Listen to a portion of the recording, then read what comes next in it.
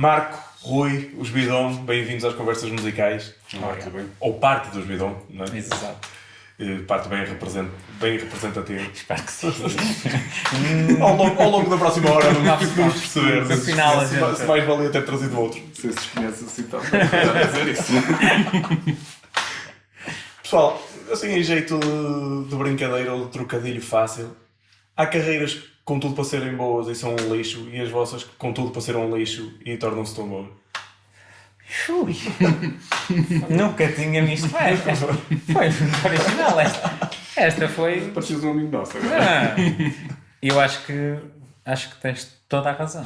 Acho que nós estávamos aqui a pensar há quanto tempo é que fazíamos isto, e realmente para nós, acho que falo pelos 6. Eu acho que 7, há homens 5, no lixo que não trabalham tanto tempo tanto tempo e com tanto amor à arte que fazemos, ou seja, parece eu pelo menos falo para mim, acho que foi quase ontem que começamos, apesar de parecermos já muito diferente, infelizmente, mas acho que é mesmo esse amor que faz com que para nós seja mesmo um prazer enorme estar no palco, e é isso que também se transparece para o resto das pessoas que estão a ver.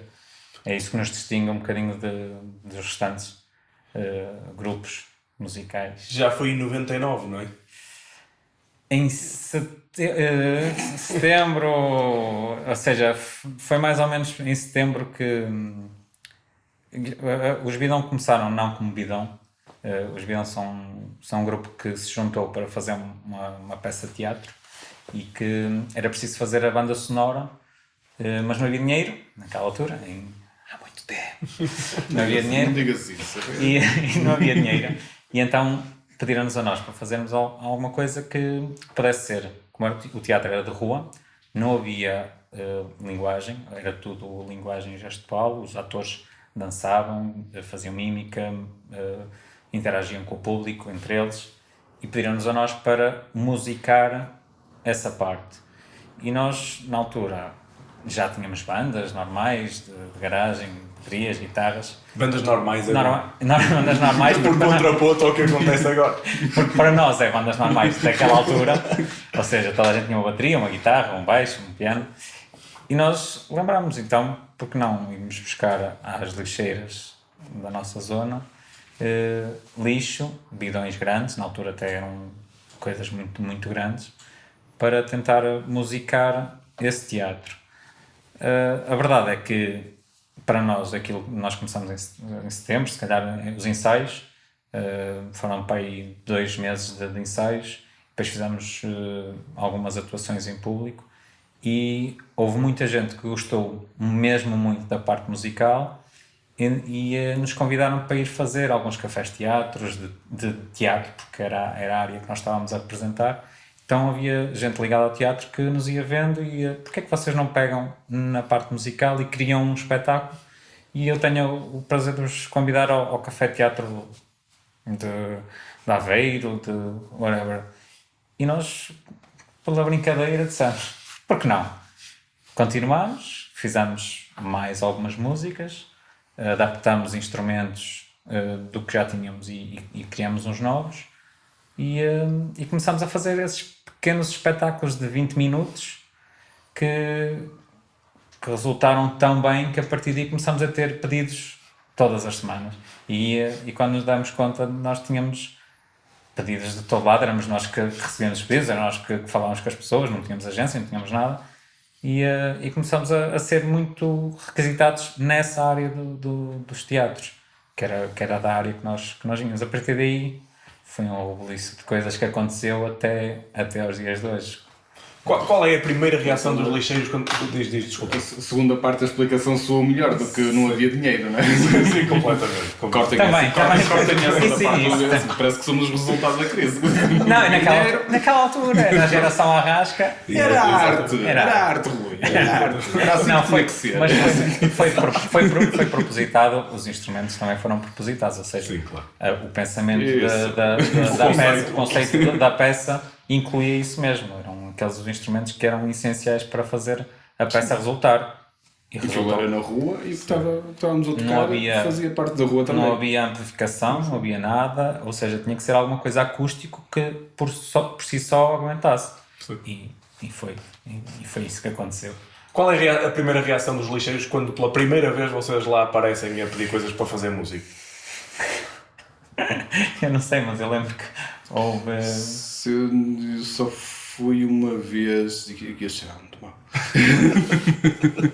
Sim, nós fomos a vários. Nós fomos a vários na zona de Valongo. Tu vais achar estranho, mas no início é esquisito, olha um bocado de lado, mas depois começa assim. Olha, é isto? O que é que achas disto? Eu acho que dá. Vai levar lá que eu acho que dá. Sim, incentivaram, mas tivemos algumas peripécias de alguns de nós terem que fugir de cães, porque nós íamos às lixeiras e algumas lixeiras tinham aqueles cães de guarda e tiveram que fugir. Cuidado com o caminho que estás a percorrer. Mas houve alguns que nos ofereceram, algumas pessoas que nos ofereceram mesmo os bidões e que alguns. Os cães presos. E alguns ainda temos hoje, alguns dos que fomos buscar Dos ao originais? ligeiro ainda estão não intactos, porque já são muitos anos a levar coça, mas ainda se aguentam e alguns são os originais. Como é que vocês selecionam o tipo de lixo que querem para cada espetáculo? O que é que nasce primeiro? É o instrumento que têm à disposição e depois, partindo disso, criam os temas e criam os espetáculos? Ou nasce primeiro o conceito do espetáculo e com base nisso vão buscar o instrumento Sim. / lixo / o que se queira chamar? Eu acho que... Não é sempre igual. Pois é isso. No início, se calhar, foram os instrumentos que nos levaram às músicas e depois nós passamos a pensar no conceito e adaptar coisas e a criar coisas. Uma das coisas que nos acontece muito, e ainda bem, é na área empresarial, ou seja, há muitos espetáculos que nós fazemos.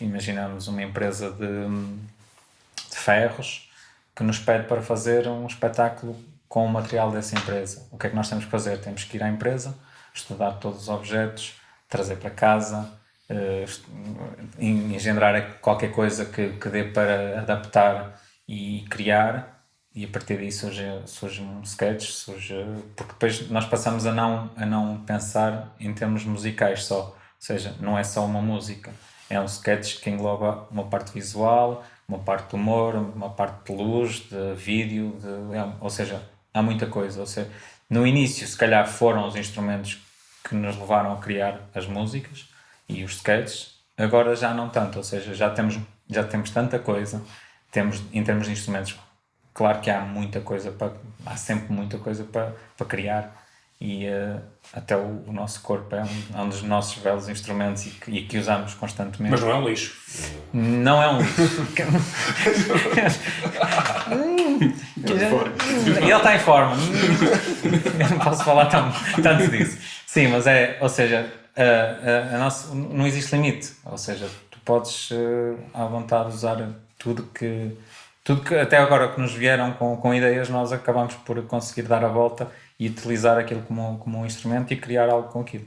Sim, porque se as chamadas bandas normais, palavras vossas, têm aqueles instrumentos convencionais e a base está ali, vocês não. Não, mas isso também nos acontece a nós. Nós também temos os nossos instrumentos convencionais e às vezes também fazemos isso. Ou seja, em vez de usarmos a guitarra e a bateria e o baixo, usamos a cabidelaria, que é o instrumento preferido do Rui. Usamos os timbalões, usamos as saladeiras e fazemos a música. E aqueles são os nossos instrumentos. Sim. Os de cada um? Sim, conseguimos Não, isso vai variar. Circular. Mas conseguimos compor uma música para aqueles instrumentos.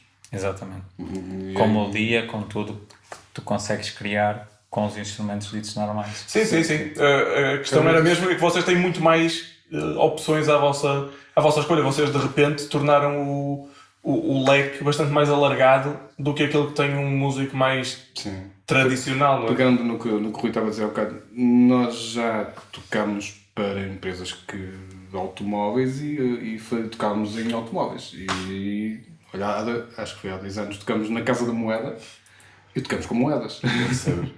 Isso é espetacular. Ou seja, para nós é um desafio. isto é espetacular porque nos obriga criativamente a sermos, como disse, o espectro aumenta para nós, mas também nos obriga a ser criativos a cada desafio que nos propõe. Sim, eu dizia isto até nesta perspectiva. É que vocês têm que estar sempre a pensar, a olhar para cada coisa e a pensar como é que vão fazer música com mais uma coisa, com mais uma peça, com mais um instrumento, não é? Isso, a minha ideia e a minha pergunta não era no sentido limitativo, mas pelo contrário.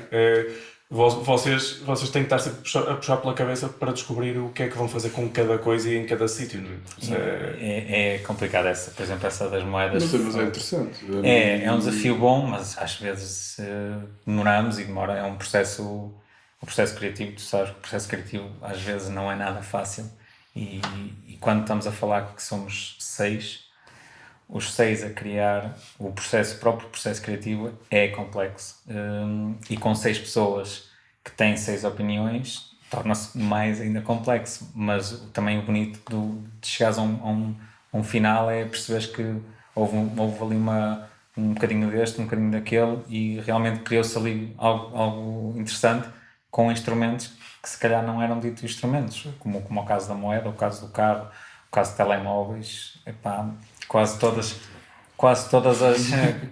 as empresas que existem em Portugal. Comprimidos, já comprimidos.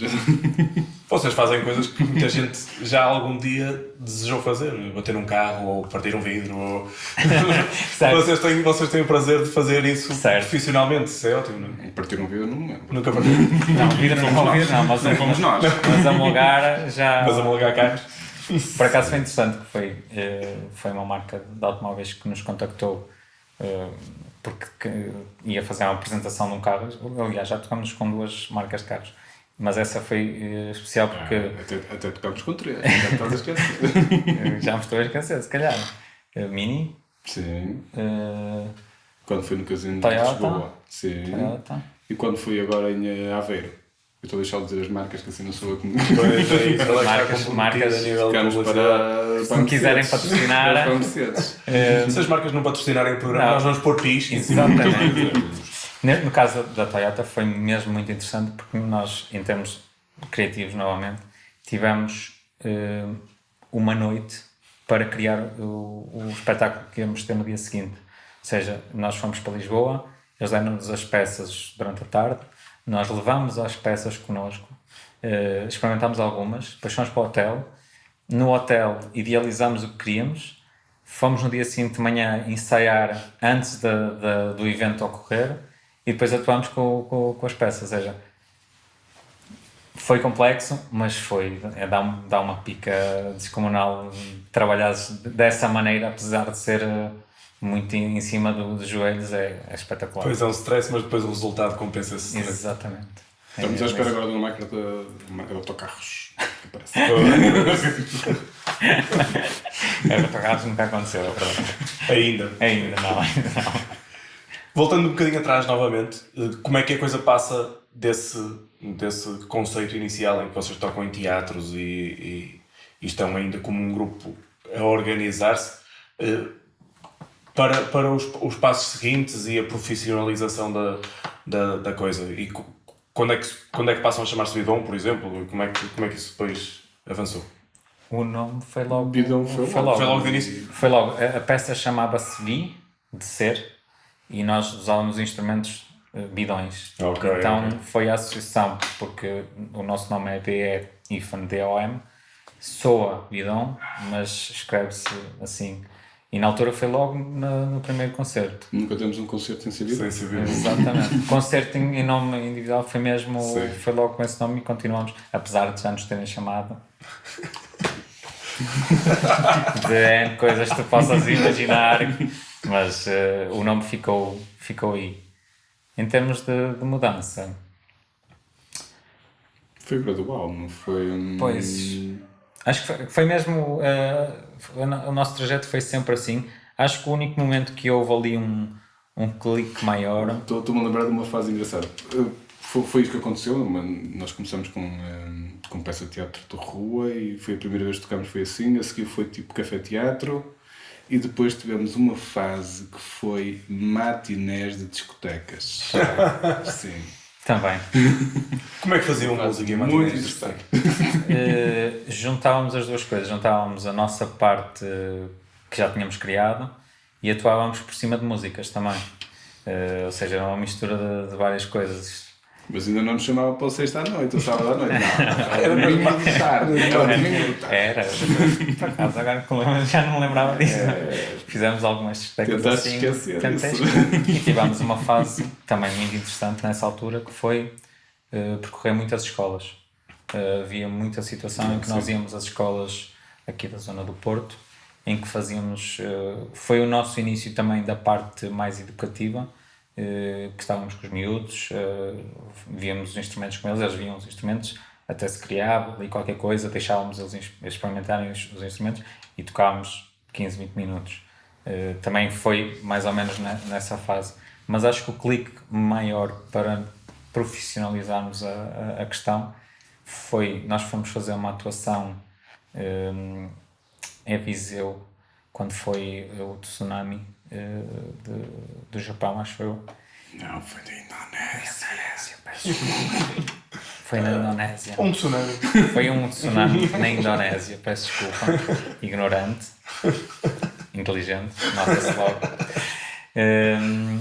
E fomos fazer um concerto de solidariedade para uma pessoa, ou seja, eu trabalhava numa agência de música, essa agência organizou esse espetáculo, mas o dono da agência nunca me tinha visto a atuar com aquela banda. E na altura disse, olha, eu posso ir atuar se quiseres com a minha banda, atuamos 15, 20 minutinhos, que era o que toda a gente ia atuar, e assim acabas por conhecer o conceito, quem somos, o que fazemos, porque só sabia de eu dizer que tocávamos com lixo e que era um bocadinho diferente. E nessa altura fomos fazer a atuação a Viseu e acho que o conquistamos, literalmente, porque mal acabamos a atuação e ele disse, eu vou-vos contratar porque vocês têm um futuro que eu quero agarrar e quero levar-vos para todo lado. A partir daí começou a envolver outras, começamos a ter roadies, começamos a ter técnicos fixos. Na altura era eu que organizava os técnicos, que organizava, pagava. Nessa altura já se pagava alguma coisa, mas pagava-se. Mas esse foi o verdadeiro salto para Portugal e depois para fora, porque isto foi uma maneira de nós criarmos algo relativamente credível também em termos de espetáculo, porque não eram só... E acho que às vezes ainda nos veem como os miúdos que tocam em lixo e vão continuar, e não acho mal nenhum, são os miúdos que tocam em lixo, mas que depois vão ver o espetáculo e mudam completamente a ideia e pensam logo que não é nada... São graúdos que tocam. Exatamente, já são graúdos, mais velhinhos. Não, mas já percebem o conceito, pelo menos é essa a sensação com que eu fico dessas pessoas que achavam que são miúdos a bater em lixo, porque é normal, porque toda a gente tem filhos e toda a gente dos filhos batem em tudo, e não imaginam todo o conceito, todo o trabalho, todo o cenário, todo o que existe por trás para criar aquilo tudo. Sim. Não é apenas percussão. Exato. Isso é tudo pensado por vocês os seis? O cenário, a parte musical... Como é que nasce cada espetáculo? Ok. Queres falar um bocadinho de... É igual. Ao longo destes anos todos isto foi evoluindo, nunca foi igual. No início nós não tínhamos cenário nenhum. Não tocávamos sem cenário. Só apenas montávamos as coisas eram... Era o que era. Os instrumentos eram um cenário. Nem sequer tínhamos roupa. Houve uma altura em que nós começámos a tocar com roupa especial de concerto. E começámos... Foi quando? Quando é que começamos a ter cenário? Eu acho que primeiro veio a roupa e depois é que veio o cenário. Primeiro veio a roupa e depois veio o cenário... O cenário já veio depois e é aí que eu queria explicar de onde é que vem isto tudo. Já foi na altura da Escócia ou foi antes? Foi antes, foi bastante antes. Já tínhamos muito antes a roupa. Não, o cenário. A primeira roupa. Começámos a ter... Sim, isso já foi mais para a altura, mais em 2010. Sim, nessa altura nós começámos ou seja, a acumular lixo, não é? Somos acumuladores. Acumulámos na garagem do Rui.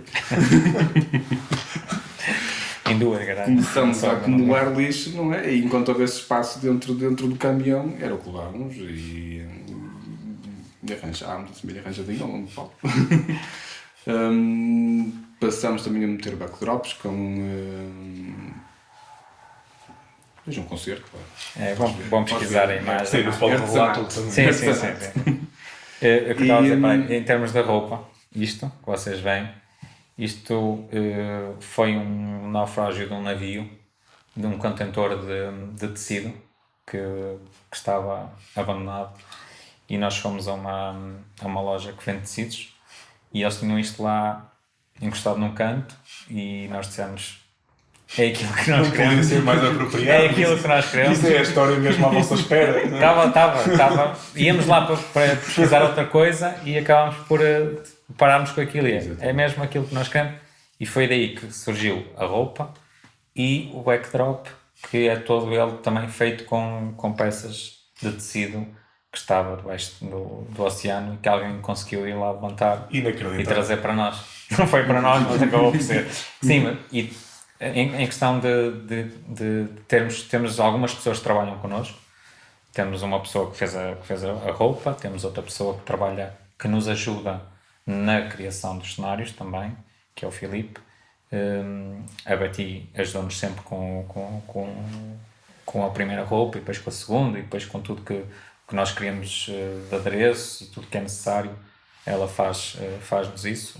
Até porque vem também já do teatro, são pessoas que vêm connosco desde 99, com quem fizemos o teatro, que já faziam a roupa, que já faziam cenários, que já... Ou seja, todas essas pessoas acabaram por nos ajudar ao longo destes anos todos. E em termos de criação, a mesma coisa.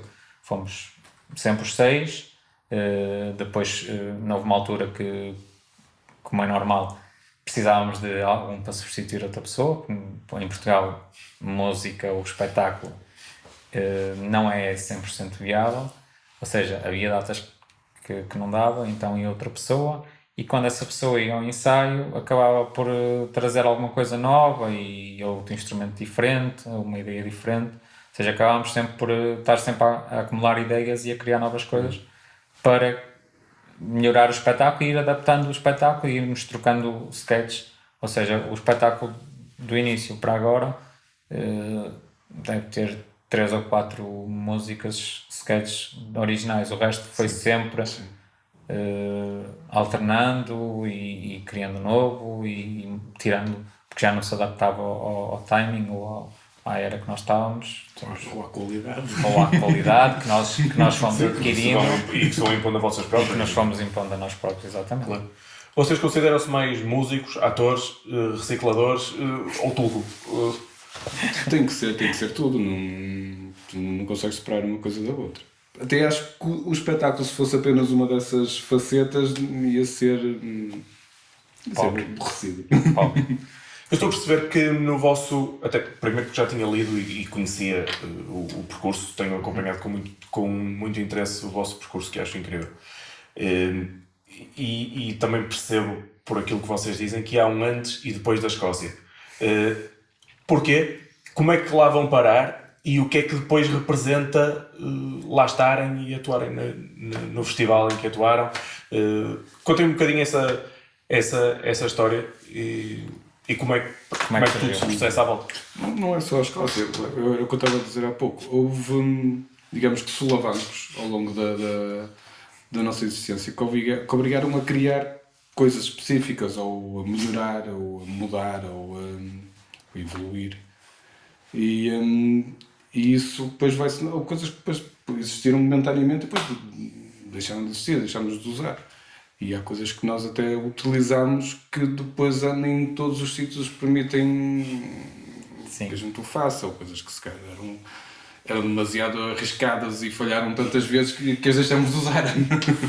E isso sim. Mas isso aconteceu, não foi só a questão da Escócia, foi acontecendo ao longo da existência da banda. Mas a Escócia sim, foi muito importante. A Escócia também surge de Foi, de um acaso. foi o nosso momento mais profissional. Sim, sim, mas o acaso de conseguirmos ir para lá ainda foi outra história interessante, que é, nós trabalhávamos nós trabalhávamos num festival aqui em Gaia e surgiu que estávamos a tomar conta de um manager de um artista e durante o jantar estávamos a falar o que é que tu fazes, o que é que não fazes, como é que a tua vida, o que é a vida aqui em Portugal, aquelas questões que quem vem de fora gosta de saber. E a pessoa ficou interessada porque percebeu que do outro lado havia uma pessoa que tinha uma banda diferente, não convencional, uma banda não normal. Na altura, normal, sim, na altura nós tínhamos o primeiro DVD, que gravámos um DVD, também foi algo que nos distinguiu na altura e que deu um nome diferente ao grupo, ou seja, uma coisa física. Exatamente. É algo físico, não é um CD, é um DVD, porque o Marco estava a dizer, o espetáculo não sobrevive só musicalmente, ou seja, mesmo as pessoas que vêm num ecrã não sentem aquilo que sentem ao vivo. E isso é normal em qualquer tipo de arte, mas na nossa específica ainda mais. Então, o DVD ajudou-nos a chegar a essa pessoa olhou, viu o DVD quando chegou a casa e disse, eu tenho que vos levar ao Festival Fringe na Escócia. Outra pessoa que não o nosso agente. O que é que nós fizemos? Pôr as duas pessoas a falar e no ano seguinte nós fomos à Escócia com tudo que isso acarreta em termos de despesa, porque se nós achamos que cá tudo é caro, na Escócia e naquele evento em particular é tudo muito caro e sai tudo do bolso do artista, ou seja, o artista aluga a sala, divide a bilheteira como quiser com a entidade, ou seja, se nós quisermos 50% para cada lado, é 50%, se quisermos 60%, 40%, ou seja, o risco é completamente nosso. Um conceito que nós desconhecíamos, que é o pay to play. Basicamente é isso. Queres usar uma luz, tens de pagar a luz. Queres um microfone, tens de pagar o microfone. Ou seja, não é um espetáculo fácil para levar para fora. Nós conseguimos, com algum esforço financeiro e com o apoio dessa agência internacional, e neste caso do Tom e do Bill, que foram as duas pessoas importantes nesse aspecto, foi a única maneira de nós conseguirmos ir lá, porque estamos a falar de despesas à volta dos 75 mil euros para um grupo de miúdos. Como é que correu lá? Foi incrível. Foi aquela sensação de estás num lugar onde realmente... Incrível, foi terrível. Foi aquele... Contem. As pessoas querem saber. Para mim foi inacreditável. Ou seja, foi a primeira vez que tu estás num sítio daqueles com a envolvência que tem, com quantidade de artistas do mundo inteiro, com atuações incríveis. Eu não sei quantas, eu lembro que eram 2.500 artistas. Ou seja, imaginamos havia mais de 300 atuações por dia. Mais ou menos 300 atuações por dia. Imaginamos numa cidade que em todos os pontos onde se pode fazer um espetáculo, eles criam ali uma zona, dentro de igrejas, em salas de espetáculo, em cafés, ou seja, tudo serve para fazer uma sala de espetáculos. E tu estás envolvido numa zona em que tens tanta arte à tua volta, além de ser bom para ti, ou seja, tu acabas por absorver todo o tipo de arte, em termos de banda, faz-nos crescer também muito. Apesar de que ele diz, é agridoce às vezes, porque é duro, custa. Depois o que é que nós fazíamos? Nós tínhamos que atuar, e a primeira vez que nós fomos, acho que atuávamos às 6 ou às 7 da tarde, já não lembro muito bem, porque depois os espetáculos de stand-up é à noite, que é diferente. Não foi? Não sei se era às 2, às 3, acho que era a seguir, acho que era para aí às 3. O que é que nós fazíamos? Pegávamos e íamos para a rua fazer publicidade para o espetáculo. Toda a gente faz isso, toda a gente, menos os grandes nomes como como é que se chama o apresentador do Daily Show, que está lá agora. Vocês sabem quem é? Vocês sabem? Não. Portanto, nós temos aqui a nossa plateia. Trevor Noah, exatamente. Ajuda do povo. O nosso povo. Ajuda do público. Obviamente que nomes como Trevor Noah não têm que ir para a rua fazer a promoção ao espetáculo, porque eles têm casa garantida de 600 lugares. 700 Esse lugares. é logo um dos principais dramas. E quando chegámos lá foi dramático. Foi perceber a luta diária que tinha que ser feita para tu garantires, porque tu vais para lá sem ninguém te conhecer. Não é... E relembro o que nós dissemos antes. Pay to play. Exatamente. Tu pagas à cabeça. E depois tens que ter o retorno Tentar recuperar dos bilhetes que tu vendes. Exatamente. Ou seja, E se tu não os vendes? tens espetáculos lá que estão há 10, 15 anos e que são hits de bilheteira. E depois tens de vez em quando um grupo ou outro que surge lá do nada, que algumas agências conseguem colocar lá, fazendo esse esforço financeiro. E o que é que isso representa? Acho que a parte mais importante dessa experiência não é só a própria experiência em si lá. É uma montra mundial para todos os teatros, para todos os eventos no mundo. Ou seja, todos os programadores de teatro, de espetáculos, de festivais, vão lá naquele mês ver durante uma semana espetáculos. E se eles, por acaso, forem ao teu espetáculo e gostarem, vão-te contratar para o festival deles.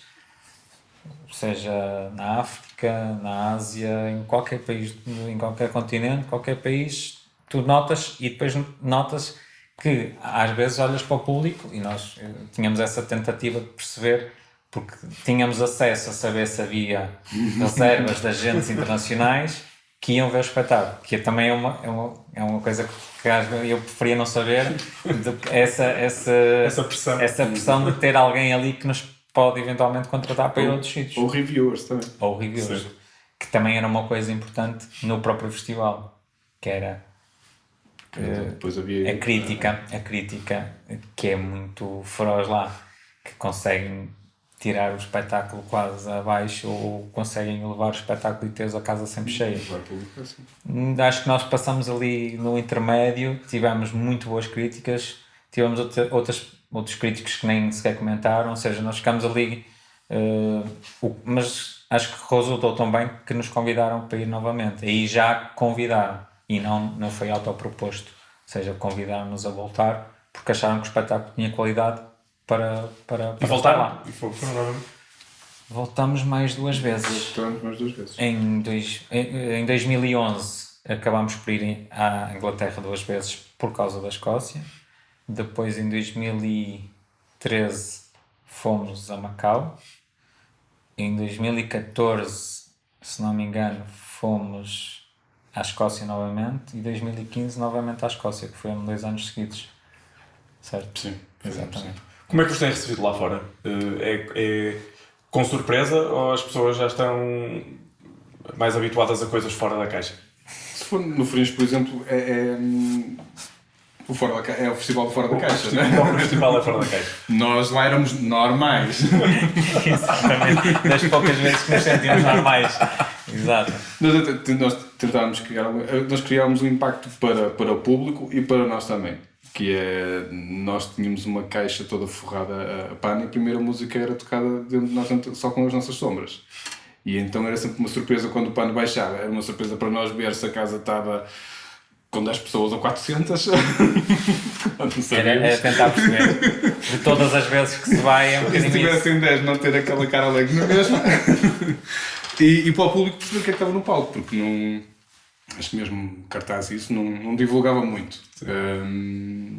E era engraçado tu veres também a reação das pessoas quando elas viam o lixo. E depois tens milhares de cartazes em todo lado. É muito difícil haver uma ligação pelo cartaz, porque tu olhas para a cidade e a cidade toda cheia de cartazes colados em todo lado, uns por cima dos outros, carradas, acumulados de cartazes.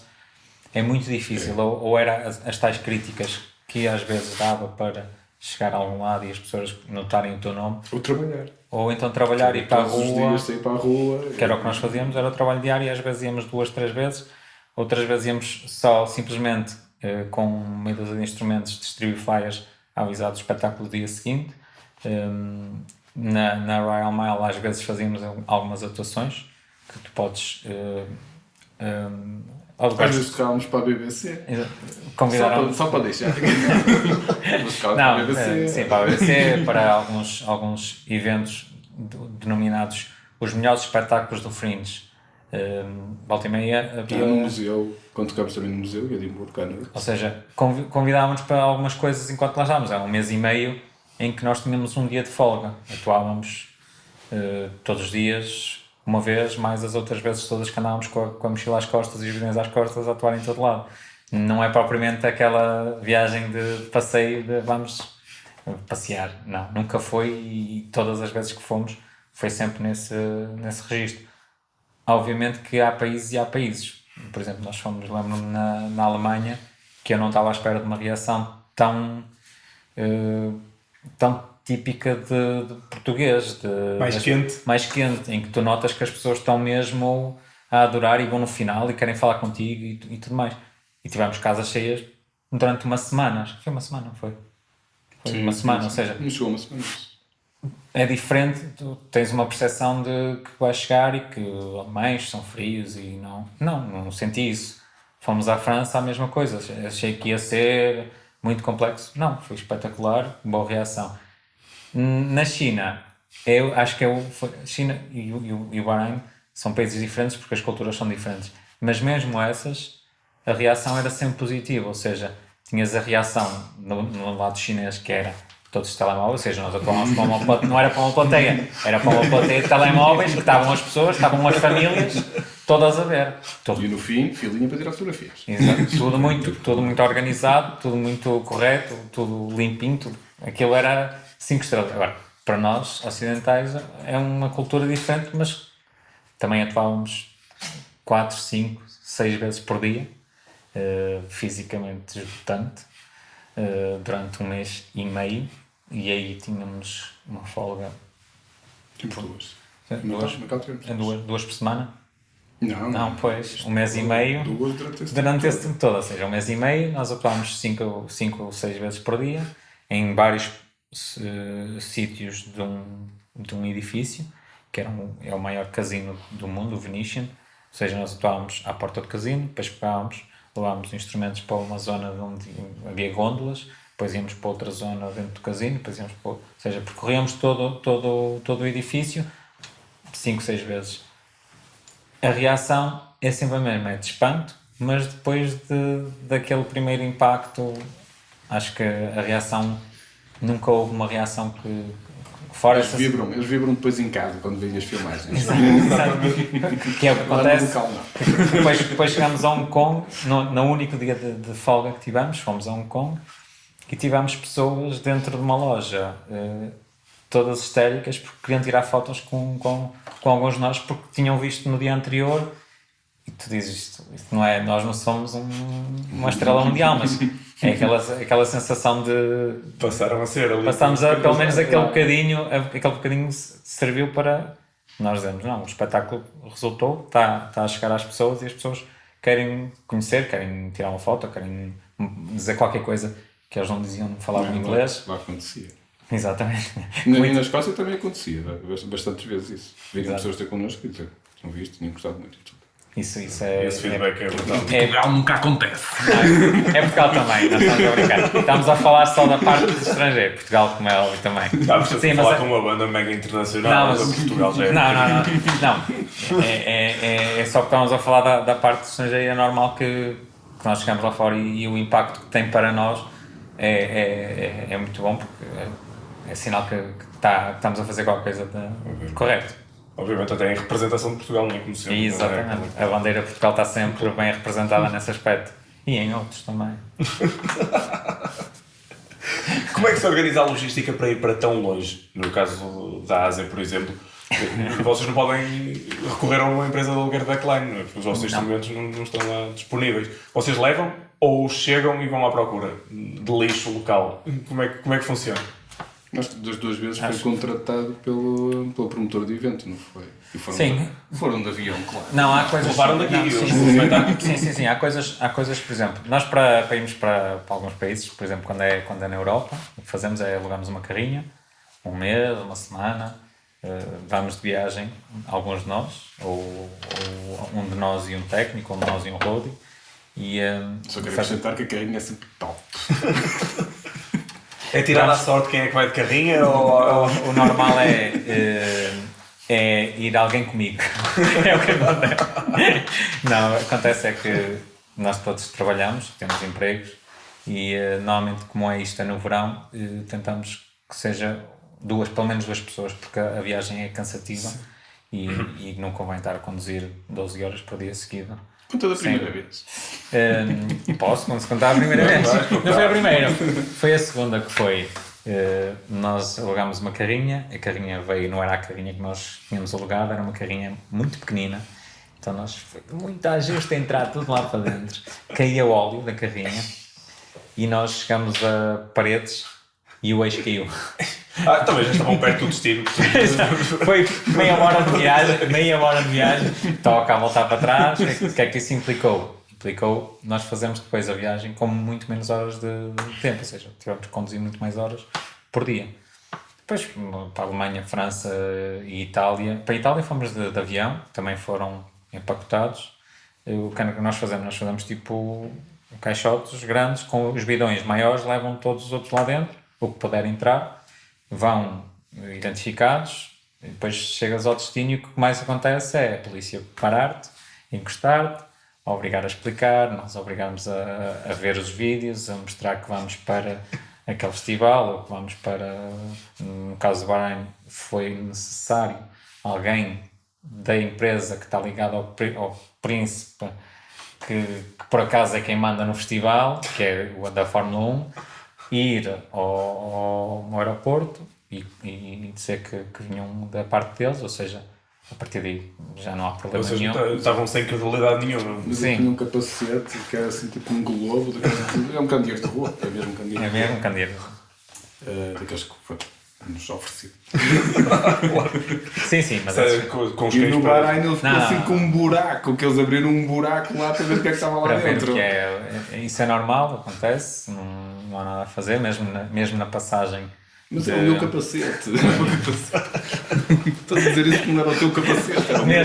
Mesmo na passagem de França para Inglaterra, normalmente tu paras antes do ferry e és vistoriado pela polícia, tudo o que tens dentro da carrinha, eles querem perceber o que é, para onde é que vão, o que é que tem lá dentro. Vai logo o cão. Exatamente, vai lá e nós claro que Vocês pensam que eu não sei quem é que está aí dentro. nós ficamos tudo. Vou cagar em vida muscular. O que acontece, e o que aconteceu já foi, por má acomodação do material, a carrinha ia um bocadinho assim, para um dos lados, e a polícia em Inglaterra mandou-nos parar, dessa vez eu não estava, e fomos obrigados a tirar algum material, ir descarregar à Escócia e depois voltar para carregar o restante. Claro que tivemos que pagar para o aluguer do espaço onde aquilo que ficou, que era mesmo ao lado da polícia, que por acaso estava ali. Pois, estava claro. ali. Não estava nada controlado. Nada. Quando vocês... E a outra carrinha que nós levamos ao mecânico? Não é mesmo, a outra carrinha que levamos ao mecânico. E o mecânico descobriu que a roda não estava ligada ao eixo. Essa não me lembro. Que era só a pinça de trabalho que estava na carrinha. Na roda da carrinha. Essa não me lembro. Fazia muito barulho. Vocês vão buscar as carrinhas ao lixo também? Tentamos que não sejam as carrinhas mais modernas. Nós não queremos... Sim, mas não estraga o conceito da coisa. Todo o conceito. Nós fazíamos música em plena rua, porque a carrinha fazia o chiadeiro enorme. Já me lembro Nós fomos ao mecânico, mas essa carrinha já era mais moderna, mas por incrível que pareça teve esse problema já na Escócia, a chegar à Escócia, e depois tivemos que resolver lá a situação, já foi lá. Essas viagens devem ser hilariantes, eu imagino que 6... Não, no caso nunca somos 6. Essa não foi a que resolvemos deixando lá. Nós não deixamos lá. Acho eu que não deixamos. Acho que não deixamos carrinha nenhuma. Acho eu. Não, acho que não.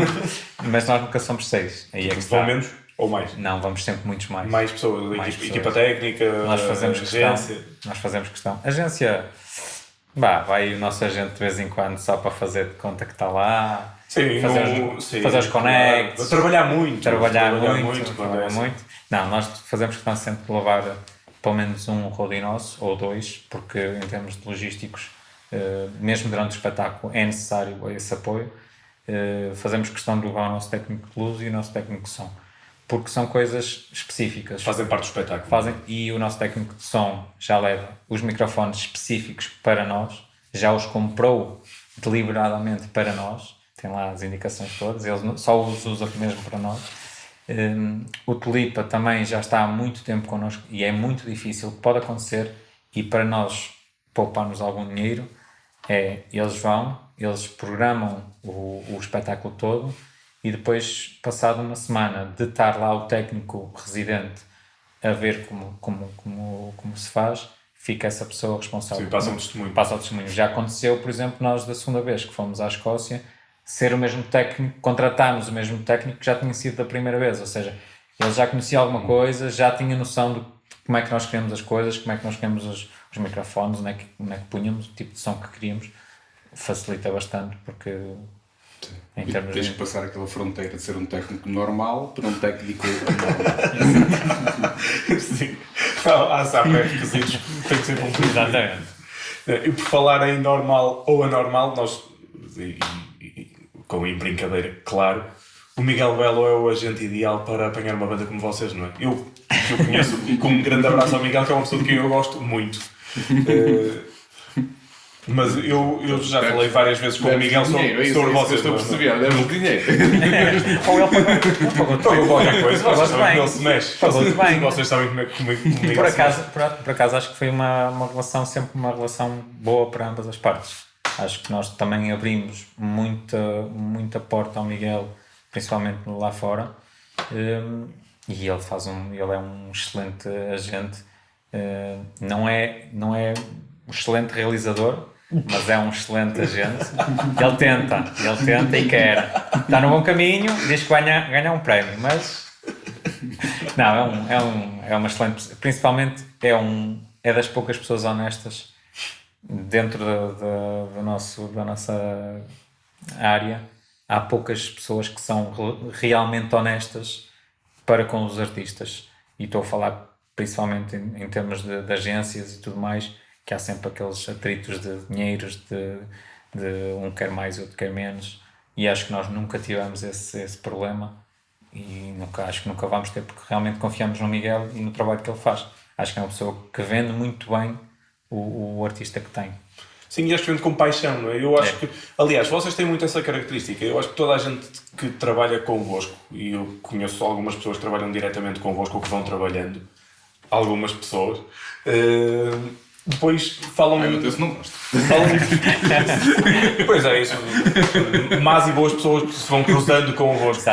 Também não podem ter sempre sorte. Sim, isso é normal. Mas eu acho que vocês tocam mesmo as pessoas falam depois de vocês com paixão pelo espetáculo e pela vossa boa onda. Isso é reinante há 20 e tal anos. Vocês fazem questão que seja assim?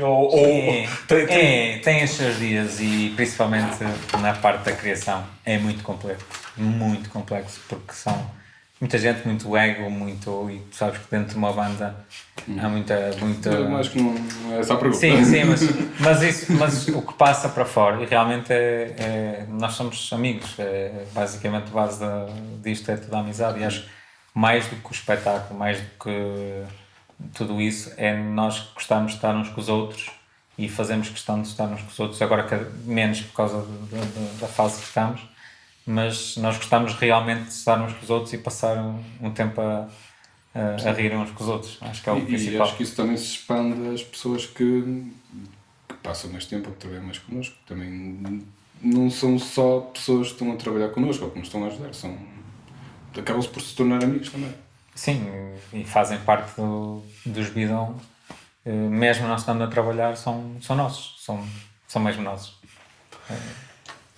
Primeira das últimas duas coisas, se vocês, como representantes de uma associação, querem dizer alguma coisa aos vossos colegas que não tiveram a oportunidade magnífica de desta vez não falar para a BBC, mas de estar aqui nas conversas musicais, se querem mandar alguma mensagem para os vossos colegas que estão... Os que não vieram. Os que não vieram. Ora bem, o que é que eu posso dizer? Sortearam também para vir aqui, foi como a história da carrinha. Não, isso é sempre... Também calha sempre aos mesmos. Também calha sempre aos mesmos. Não. Não, é uma questão de timings também. E daqui para um bocadinho nós já estamos com eles. Eu daqui para um bocado se calhar já estou a ligar para porque vou ter com ele. Nós estamos diariamente juntos. Uma das pessoas que criou os Bidon connosco, um dos 6, é meu sócio na minha empresa, que outro é irmão dele, ou seja, nós vivíamos sempre juntos em Valongo, acabámos sempre por estar sempre juntos, iniciávamos muitas horas em minha casa. E acho que essa base que tu dizes que toda a gente acha uma ligação, é uma ligação que se criou desde criança jovem, e vem das famílias também juntas. As famílias sempre tiveram muito, as próprias famílias de cada um tiveram sempre envolvidas, seja a ajudar numa área, a ajudar noutra, ou seja, essa é a base da relação que nós temos até hoje, por isso. Juízo, depois pagam. E aquilo que tu falas também da gestão de egos criativos, se calhar também vem muito daí, da confiança, de tanta confiança que vocês têm uns com os outros e do à vontade que têm uns com os outros também. E já sabemos em que cada um também é realmente bom e tem boas ideias, e já sabemos que um visualmente vai estar on point, e que musicalmente um vai dar mais e que depois o outro vai acrescentar ali qualquer coisa. Ou seja, já é uma simbiose de todos que já é... Mas é difícil. O início é difícil, mas depois cria-se arte.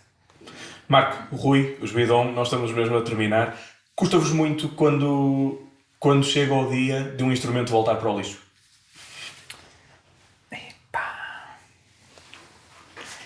Eu estava aqui a pensar nas nossas arrumações e eu sofro. Custa porque custa arrumar. Não, mas a mim custa-me. Dói. Instrumentos.